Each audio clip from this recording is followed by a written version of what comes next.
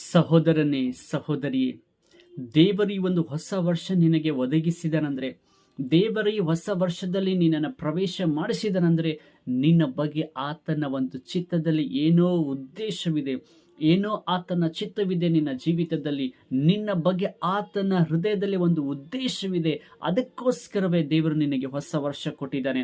ನಿನಗೋಸ್ಕರ ದೇವರು ಏನೋ ಅದ್ಭುತ ಮಾಡಲಿಕ್ಕಿದ್ದಾನೆ. ದೇವರು ನಿನ್ನನ್ನು ಉಪಯೋಗಿಸ್ಬೇಕಂತ ಹೇಳಿ, ದೇವರು ನಿನ್ನನ್ನು ಇನ್ನೂ ಉನ್ನತಿಗೆ ತರಬೇಕಂತ ಹೇಳಿ, ಹೊಸ ಹೊಸ ಆಶೀರ್ವಾದಗಳಿಂದ ನಿನ್ನನ್ನು ಆಶೀರ್ವದಿಸಬೇಕೆಂದು ಈ ಹೊಸ ವರ್ಷ ನಿನಗೆ ಕೊಟ್ಟಿದ್ದಾನೆ. ಸೋತು ಹೋಗಬೇಡ, ಧೈರ್ಯವಾಗಿ ಮುಂದೆ ಸಾಗು. ದೇವರು ನಿನ್ನ ಜೊತೆಗಿದ್ದಾನೆ. ಏಷಾಯದಲ್ಲಿ ನಾವು ನೋಡ್ತೇವೆ, ಯೇಸು ಸ್ವಾಮಿ ದೇವರು ಹೇಳ್ತಾರೆ, ಭಯಪಡಬೇಡ, ನಾನು ನಿನ್ನೊಂದಿಗಿದ್ದೇನೆ. ಹಲ್ಲೆಲೂಯಾ. ದೇವರು ನಿನ್ನ ಜೊತೆಗಿರುವಾಗ ನಿನಗೆ ಯಾರು ಕೇಡು ಮಾಡಲಿಕ್ಕೆ ಆಗಲ್ಲ, ಯಾರು ನಿನಗೆ ಸೋಲಿಸಲಿಕ್ಕೆ ಆಗೋದಿಲ್ಲ. ದೇವರು ನಿನ್ನ ಜೊತೆಗಿದ್ದಾರೆ. ಧೈರ್ಯವಾಗಿ ಮುಂದೆ ಸಾಗು. ಈ ವರ್ಷ 2025 ನೀನು ಹೊಸ ಹೊಸ ಆಶೀರ್ವಾದ, ಅದ್ಭುತಗಳನ್ನು ಕಾಣಲಿಕ್ಕಿದ್ದೀರಾ. ದೇವರು ನಿಮ್ಮನ್ನು ಆಶೀರ್ವದಿಸಲಿ.